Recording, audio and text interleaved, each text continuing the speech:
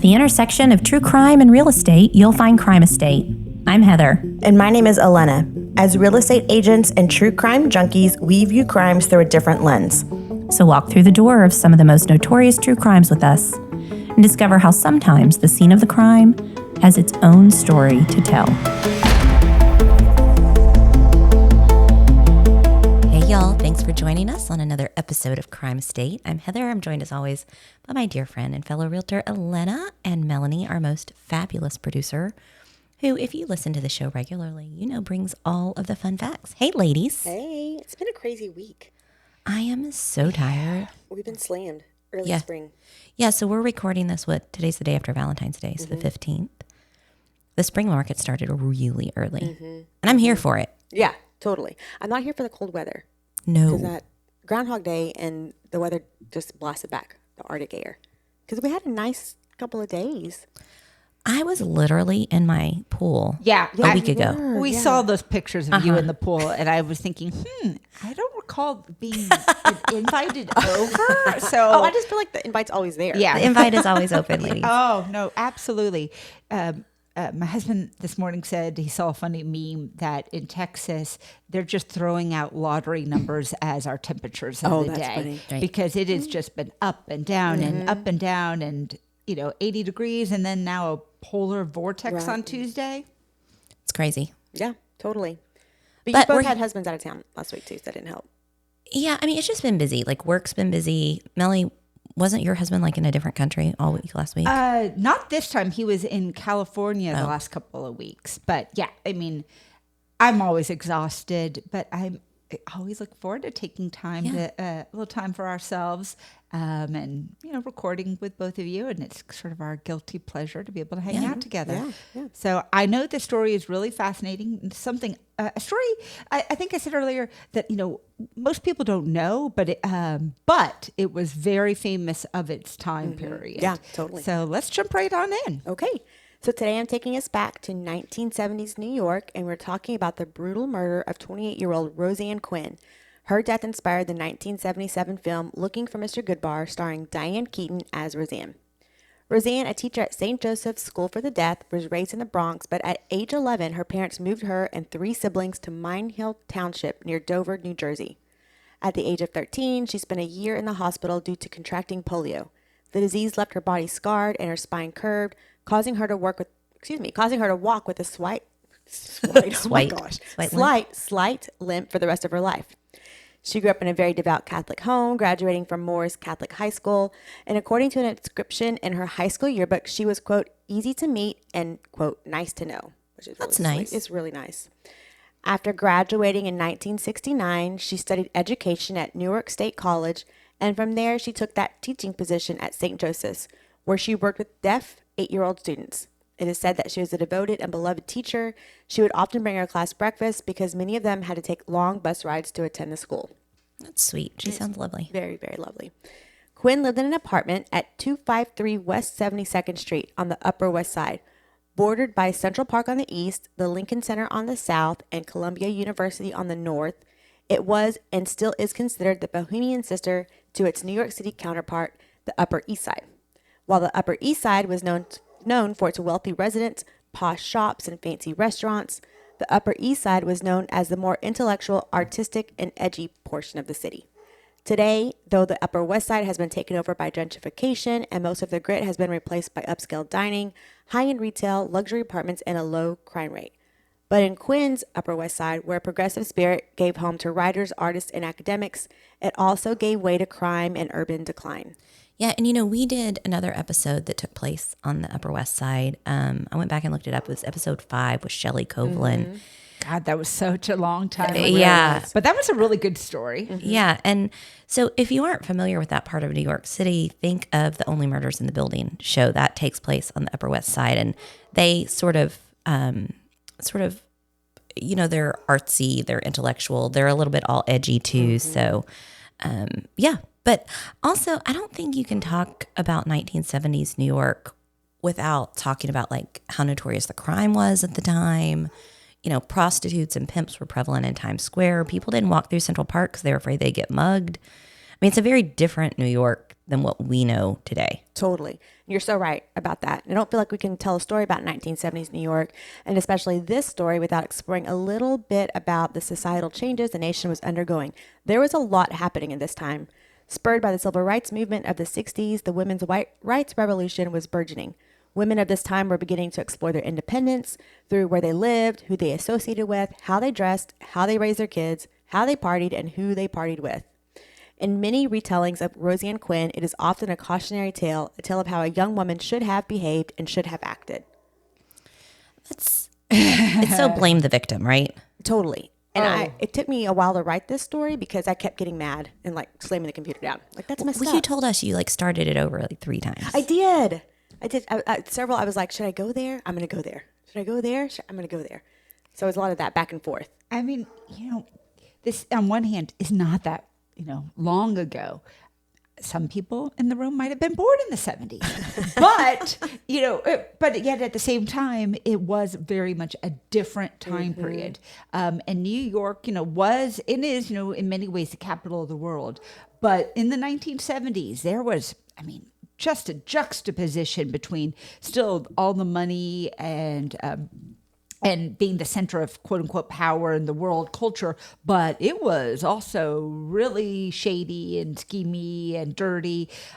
You guys know that my son loves movies, and 1970s is his period of passion.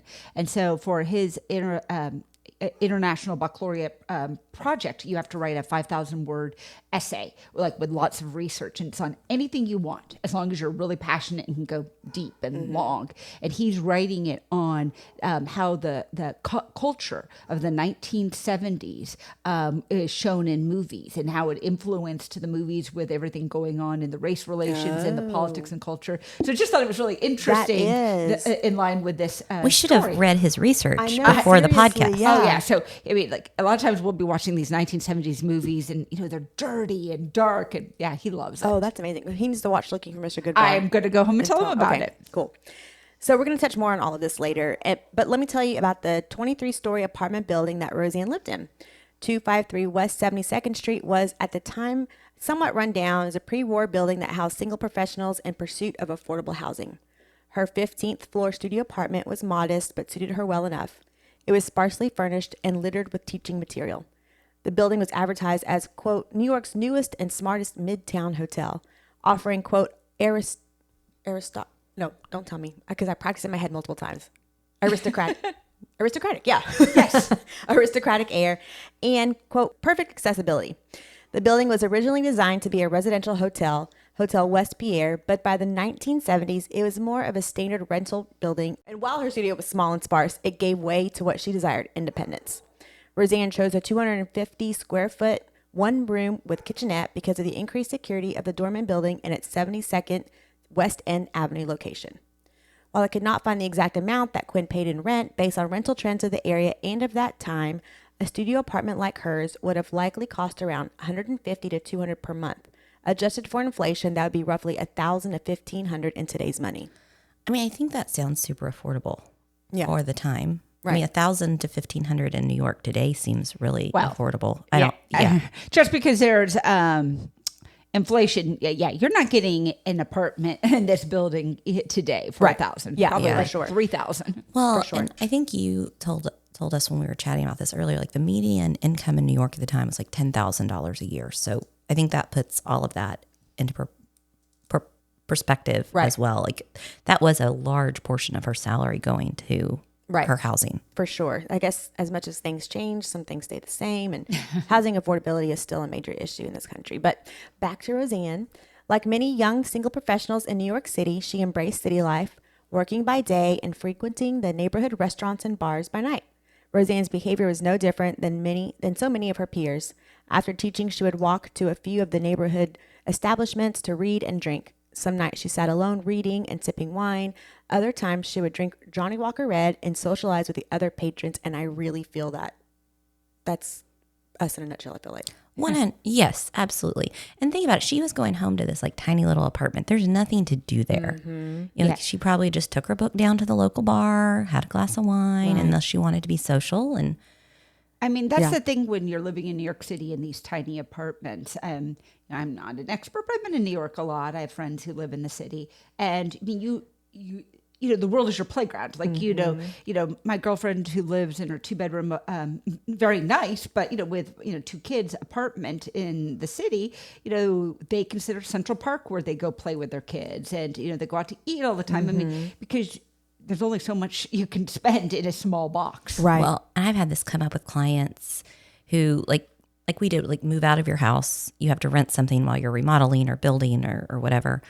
And most likely you're renting something much smaller than where you were living, right? You're just trying to find something easy for a couple months. Right. You don't want to pay a lot of money for it. And I've often had the conversation, I'm like, look, I don't want you to spend more than you're comfortable spending. But if you go with this teeny tiny little thing, just know you're going to go out to dinner every night. Like, you're going to go see the movie at the movies. You're not going to sit on the couch and watch free movies. Like, just factor in the extra cost of living from the fact that you don't want to be home. Right. Yeah, you're right. I think that's what Roseanne was doing. Like, Yeah, what else? for What's sure. she going to do there? For sure. So on the evening of January 1st, 1973, Roseanne found herself at WN Tweeds at 250 West 72nd Street, the bar across the street from her apartment. It was named after corrupt politician Boss Tweed. I love that. I love that name too. I feel like you don't hear a lot of boss names anymore. I feel like, you know, that's what you would hear like in the 19th century, you know, crime boss. Right, yeah. You know, Yeah. boss guild. So it was seemingly like any other evening for Quinn, but when she did not show up to school 2 days later, the school principal sent a colleague to her apartment at 253 West 72nd to check on her well-being. She not showing up or calling was very out of character for the responsible Quinn. So we know she went out on January 1st. January 2nd was probably still a school holiday. And then she doesn't show up to work on January 3rd. And the principal's like, something's wrong. Right. Yeah. Okay. So the next part's going to be difficult. So multiple trigger warnings, and I can almost feel you both tense up. Like the room just kind of got tense. So after not receiving an answer to knocking on the apartment door, the building superintendent was called to open the door to the home. The fellow teacher found Roseanne Quinn laid out across a fold-out bed, naked and stabbed. She had been stabbed 18 times, 6 times in the neck, and 12 times in the stomach. A candle had been inserted inside of her, and she had been beaten with a metal bust of herself and a bathrobe cover her body. An autopsy would later reveal that she had not been sexually assaulted. When the police were called, they found that there were little items to work on in terms of leads. There were no fingerprints found in the home nor in the elevator, and neighbors reported that they neither heard nor saw anything out of the ordinary. Though neighbors and acquaintances were quick to point out that the building lacked security and that Roseanne was well liked, but that she, quote, was the type of girl who would have a guy in if he brought her home. So with only these sparse clues, the only thing the police could do was canvass the neighborhood. I know. I don't like it. So they first stopped at the Copper Hatch, the bar right next to Quinn's apartment, and a bar that she visited 2 to 3 times a week.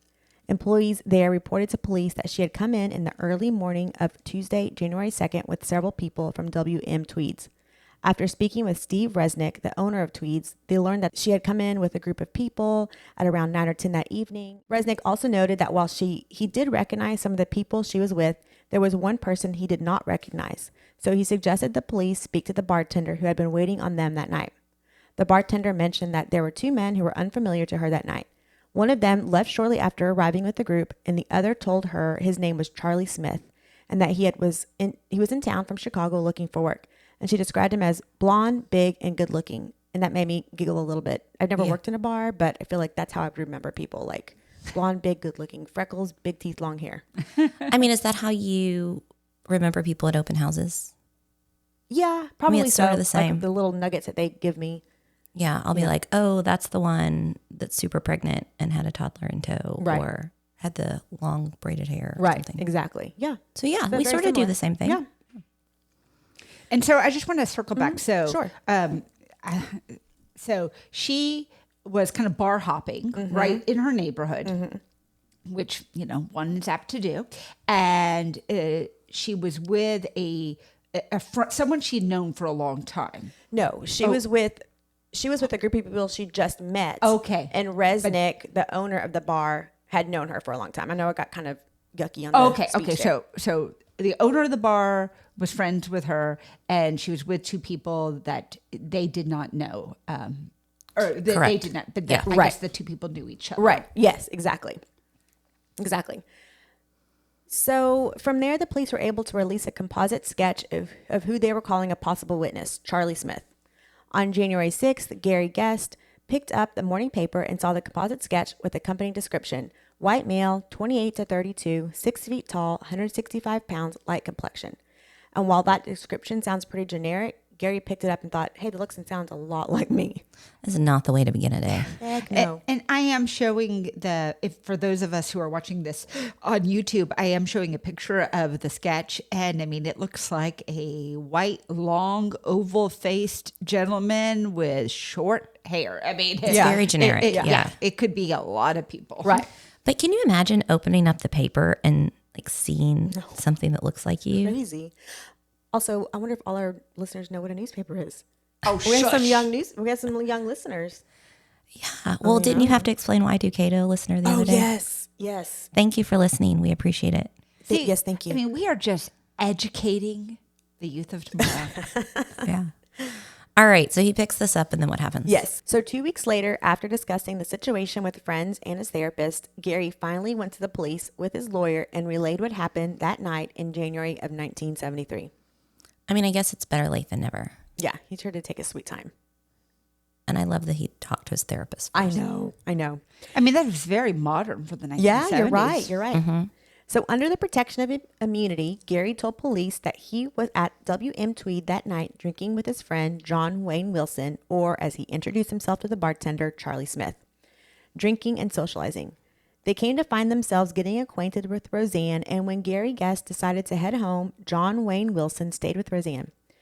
Gary relayed that Wilson, his friend of 2 years, took her home that night, killed her, ransacked the place to make it look like a robbery gone bad, showered, wiped his prints, and fled the scene before the bustling city woke up.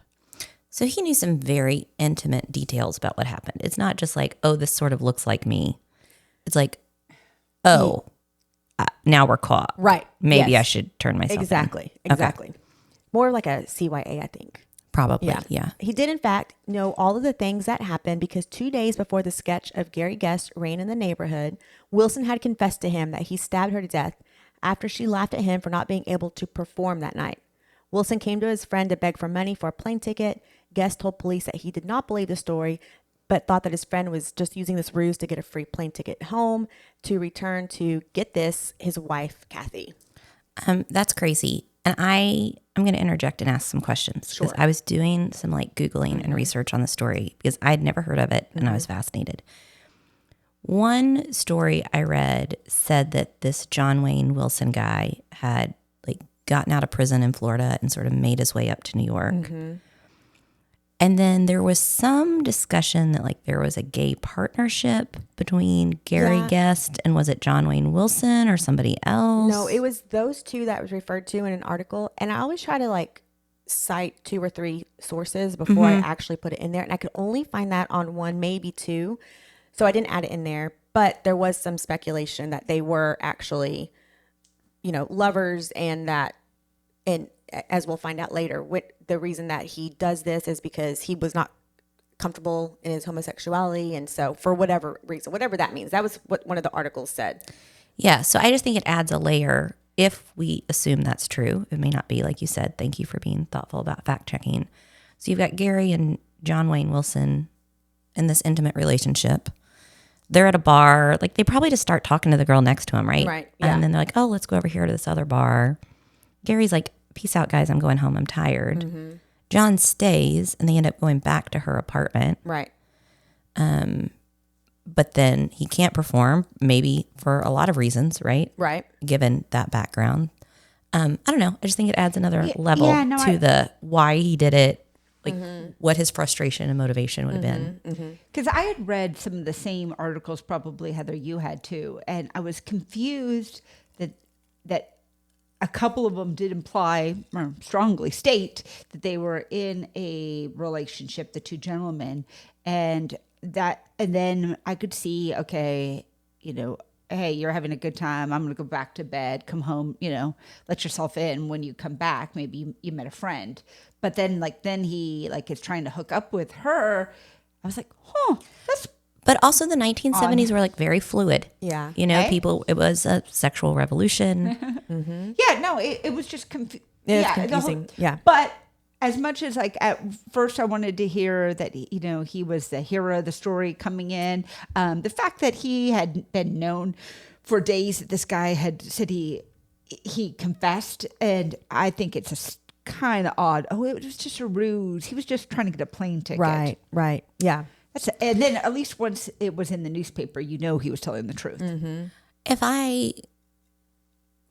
we were all hanging out like we do, and I'm like, hey guys, I got to tell you something. I killed somebody I'll last say, week. no, don't tell me. Don't say it. Yeah, but I'm just thinking, like, because he was like, I didn't really believe him. I thought he was trying to do this instead. I do think that would be really hard to believe. Yeah, but what kind of person would... I joke about a lot. We all joke about a lot of stuff. But That's true. Yeah, no, you're right. Oh, it's weird. It's super weird. Yeah, that's not a funny joke. No. So after telling the police everything he knew, he agreed to let them know if Wilson called, and sure enough, he did. Guest was able to tell police that Wilson was at his brother's home in Indiana, so they got a warrant and traveled there to arrest him for the murder of Roseanne Quinn. So Quinn is in custody, so John Wayne Wilson is in custody, and we get a more clear picture of what happened at 253 West 72nd. This is going to be difficult. Okay. The pair arrived at the studio, drank some more, and began to get intimate. And just like Gary Guest told police, Roseanne laughed at John Wayne Wilson when he couldn't perform. He became so enraged that he grabbed the pants she had been wearing and strangled her to unconsciousness. He went to the kitchen, found a paring knife, which is teeny tiny. That's teeny tiny, and began stabbing her. In the process, he hit the jugular and blood went everywhere. He grabbed a metal bust, struck her face, and when he was certain she was dead, he took a red candlestick and rammed it into her so forcefully that it broke in half. That's the really hard part. All of it's hard. Right. But that's it shows you how angry and he he was. just met her. It wasn't like they had known each other years. So weird. Yeah. But you said earlier that the coroner said she was not sexually assaulted. Right. And that's part of what I wanted to go back to. Apparently, the original autopsy reflected that she had been sexually assaulted, but when reports started to emerge that she regularly had men come to her apartment for one-night stands, the report from the coroner was changed. It showed that they could not say with certainty because there was no signs of, a struggle, or there was no signs that it was not forced. Okay, it said they could not determine if it was consensual. Right. You know. Yeah, I mean, I don't know. But but didn't they say they found something inside of her? Yeah, the candle. The candle Right. was broken. I'm going to go out on a limb and say that was sexual assault. Right. Yeah. Yeah. The whole thing's really yucky. And like I said earlier, it took me a while to write it because I kept getting mad. Like just thinking about the inequity and the sexism of the 70s also today. But that's neither here nor there. I mean, I would definitely say of the 70s, but I would say up until recently. I mean, I still remember, even in my time period in college, girls would get a reputation now, and they were definitely much more sexually aware than, things that bother me today. I've been watching a TV show on HBO, the Sex Lives of College Girls. And I'm sure it's very, it's probably very dramatic or over the top, I guess is what I'm trying to say. But they are so sex positive. Like they are like totally have taken over their sexuality and have no issue. Sure, they could be in a relationship or they could have a one-night stand and they support each other. And I'm like, I don't remember that during my college years being that sex positive. Not to say people weren't having sex, but it was a little bit more... Ooh, hush, hush, keep yeah, quiet. yeah. Like we don't need to talk about Yeah. it. Like for sure. definitely versus, hey guys, I had a great night last night. Right. And, and being totally cool with it, not turning into a relationship. So I do think things have changed a lot that even in between our early 20s and now, but gosh, I can only imagine how much different it was at that time period, especially from the police. The people that were doing the investigating of it were probably of an older generation. Oh, certainly. Yeah, you're absolutely right.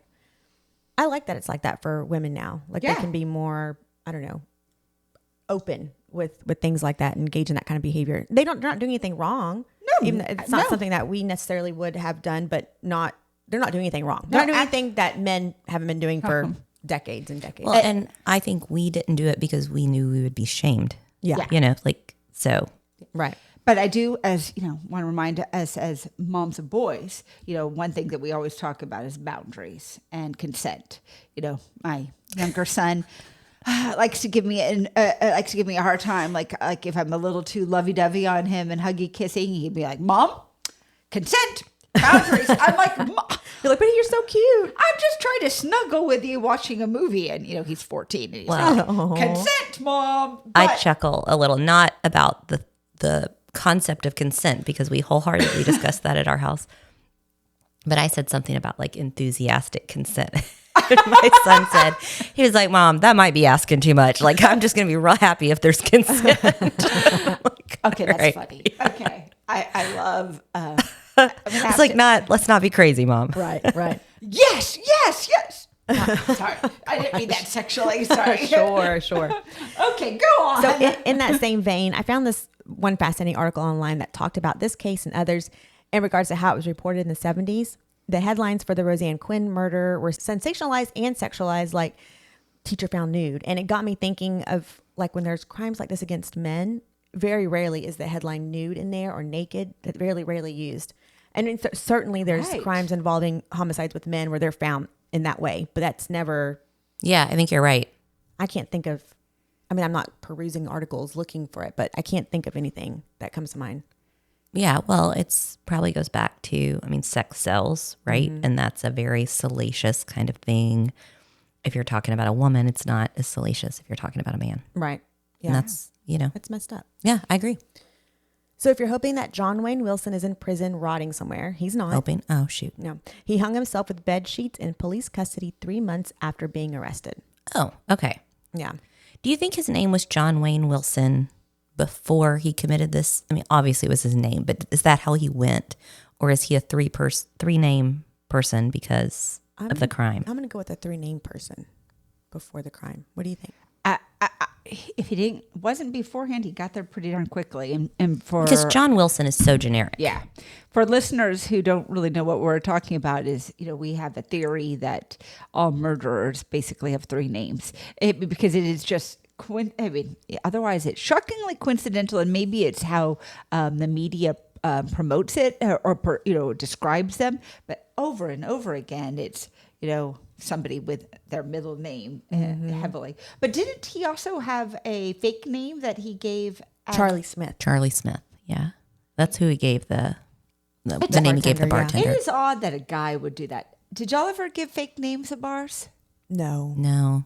Oh, I had friends who absolutely would give fake names. Like to guys, if they bought them a drink? Like guys that were hitting them on them too much. Or I have one friend whose name is a little bit harder, to say. So they were never going to get it right, be confused, and so she'd just be like Monica. It'd be that's smart. Just you don't really want to know my name, the backstory and the history. Just make it easy. So yeah. Or I had friends who were just like, I'm got a boyfriend, but I'm going to be friendly and flirtatious because it's a group of guys coming to talk to a group of girls. Yeah. And so I just need to be friendly, and I'm just going to give them a fake name, and we just would have to go with it. Remember it. Yeah. I didn't have friends who did that, but I had a friend who, when she would meet a guy, she'd put the phone number under a girl's name so that if she ever got a boyfriend, it wouldn't be like dozens of guys on her phone. Wow, that is a lot of forethought. That is. That is a lot of forethought. Yeah. Okay. Yeah, I just had to laugh when that he gave a fake name to a male bartender. Yeah. So do you want to know what happened with the home? Yeah. Okay. Yeah. So it's still there.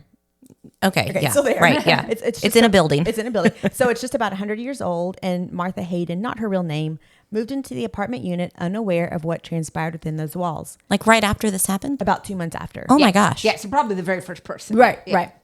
But when she learned of the events that happened after talking to neighbors, she quickly broke the lease and moved out. That is a woman after your own heart, Elena. I would definitely do that. Breaking that lease, I don't care how much it costs. Yeah. I'm out. But beyond that story, there's not a lot known about the actual unit. In fact, to even find her unit number, I had to cite an article from 1977. Wow. I did find a website that listed all of the occupied rental prices, but several units were withheld, so it'd be impossible to know which one was unit 714. The building has gone through a few renovations since Roseanne lived there, and it now boasts 259 units, a concierge, and a full-time doorman. Yeah, and Melanie, I don't remember if you were showing it right now or we've got it on one of the pictures somewhere.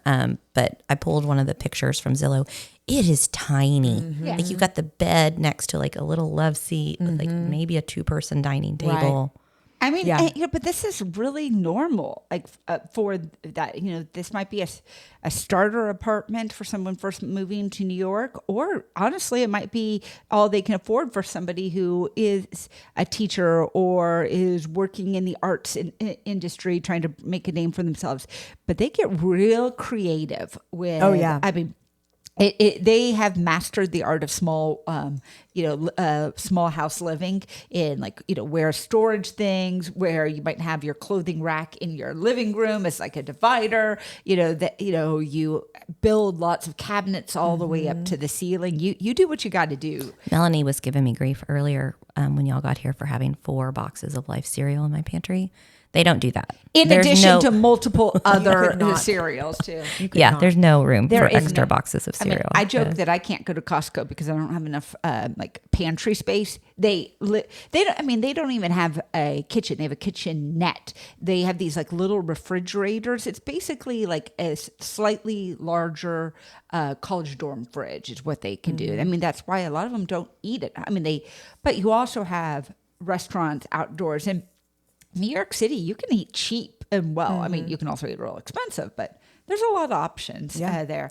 But yeah, you could see why you would spend some time outside the Definitely. apartment. Definitely. So the building's currently renting units for $2,500 and above, and the murder of Roseanne Quinn is listed on multiple websites as the most notorious crime to happen at the building. I'm glad there was not something more notorious than that. Yeah. So I was Googling trying to find some pictures for the YouTube channel, and I came across a photo of, was it WM Tweeds? I didn't realize that's also like a pretty famous piece of real estate. Like outside of this story, outside of how it pertains to the story, it's the same restaurant that Cheers was based off of. Yeah. And so they changed their name. And that's interesting because Cheers is in Boston. Yeah. Oh, well, I don't know. It's why maybe my episode is, or my facts are wrong, but that's what one of the articles said. I don't doubt it because this bar only closed in 2007. And I think you're going to talk about how it kind of had some iterations. But the New York Times had a whole article in 2007 when it closed. Because they were talking about how its history was so important. One of the things that I read here was in 2007. So think about how much later this was than the crime. On the night that they were closing, the author of the Times article goes, meets with Glenn Johnson, a bar regular who was there that night. He goes, I actually knew the real Roseanne Quinn. Said Mr. Johnson, a retired police detective who didn't work on the case. And she wasn't like how they made her out to be. She didn't pick up the guy here. They went to a couple of places that night before going to her apartment. He decided he wanted her to be his girlfriend. She didn't want that. He went nuts, killed her. It had nothing to do with her picking up guys. I love that he went on record and said that. Like, I just kind of love that, so many years later.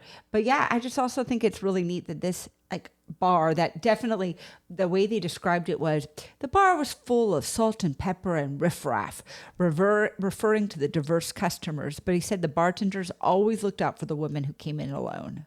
I love that. Yeah, I want to go. Well, it's closed now. Well, I would have liked We need to find a favorite local bar to hang out in where people just know our name. Yeah. Oh, yeah, let's do that. Can we do that? Yeah, I would love that. I do like that. And a funny thing is, apparently at the bar, it had a working payphone, many years, later. And that was where Laura would have JFK Jr. and Daryl Hannah. Remember, they dated? Yeah, I remember Used to argue. Oh. So, just bringing in pop culture into our murders. All right. Well, I think I know the answer to this. But would you live there or would you list it? I wouldn't live in the actual unit, but I think I would live in the building. Yeah, I agree. The unit is too small for you not to feel like the murder happened everywhere you are. Yes. And think about the blood and stuff too. Yeah, it's in there. Mm-hmm. Totally. And I would list it. Yeah, I'd list it. Yeah. Yeah. Yeah. No, I agree. And I'm guessing, we've talked a lot on previous episodes about what do realtors have to disclose as it relates to murder or any type of violent kind of crime, burglary or something at home. And it depends upon state, but it's, decently minimal. But in the court of public opinion, everyone sort of seems to know about it. This is harder when it was back in the 70s. But I suspect that since this was a rental, that you really did not need to state anything. No, you don't. Not in Texas. And then I saw in here too, that Martha Hayden that moved in. Oh yeah. She they didn't disclose to her. She had no idea. So yeah, you don't have to in New York either. But that reminds me, I wanted to talk about renters' rights in Texas because I found it interesting that her colleague was able to go to the apartment and the superintendent just opened the door. That doesn't happen. Like it's in Texas, at least you can put on the lease who you would want to access the home if need be. Otherwise, they'd have to wait for a warrant to get into the apartment. That's how I understand it. Heather, is that how you? Yeah, I think you're right. That being said, I don't know, like, if there's a superintendent in a building, if they have some level of discretion. Right. Because I think you do hear about superintendents going in to places, but we don't lease a lot of condos. We lease more like single family houses where you're not really going to have with somebody. A property manager. Right. Yeah. I think I've told you before about my friend Eve, who is kind of an Instagram, TikTok influencer in LA. She is a lawyer and very smart about many, many things, but she also has a very popular TikTok account. And she had done something recently. She was so upset that she finally has a boyfriend that she seems very in love with. But she had talked to her superintendent about fixing something in the bathroom, and they had like a 9 a.m. appointment like on the next day. And 9 p.m. at night, she's getting friendly with her boyfriend. And all of a sudden, she hears a man inside her apartment. And, her boyfriend runs out there and scares him off. And this was like 9 p.m. at night. And she finds out it was the superintendent. And he was like, oh, well, I just thought I'd get a head start. What? No. Yeah, exactly. No. Exactly. And brought her a bottle of wine to apologize. I'm like, no. There's nothing there that could at all give you any. Yeah. So I think I would feel really weird if I was a single woman living alone, knowing that some random man had access to my house anytime he wanted. Yeah, I agree. I mean, granted, I know he's employed to do that, but I don't like it. Yeah, I 100% agree. Sort of how I feel in hotel rooms. Like staff can come in all the time. It never occurred to me. Oh, no, thanks. You're never going to travel again. New fear. Okay, yes, but when you're in the room, you can. Well, that's true. It. Yes, that's right. Well, Alana, this was fascinating. Oh, yeah. Thank you so much. I really enjoy is not the right word, but I thought it was interesting to learn about her and her life and about the time period in which this occurred. I do sort of want to watch the movie now. Yeah, so we'll have to link to that. Let's watch the movie and then have your son watch the movie. I want to know his take on it. Yeah, absolutely. Yeah, so if you guys enjoyed the show, we hope you will leave us some comments on our socials. We're on Facebook. We're on Instagram. We're obviously on YouTube. We're on Reddit. Tell us what you liked, what you didn't like. We won't let Alana read the things you didn't like. We'll just read her the good comments. And, of course, like, subscribe, share with your friends. And we'll see you next week. Yeah, thanks, ladies. Bye. Thanks. Bye. Hey, y'all. Thanks for listening and being a part of our Crime Estate family. If you're curious about today's featured crime estate, you can find additional photos and details from today's episode online at crimeestate.com or on Facebook and Instagram by following at Crime Estate Podcast. Have a crime estate we should cover? Let us know. Shoot us an email at crimeestatepodcast@gmail.com. Until next week.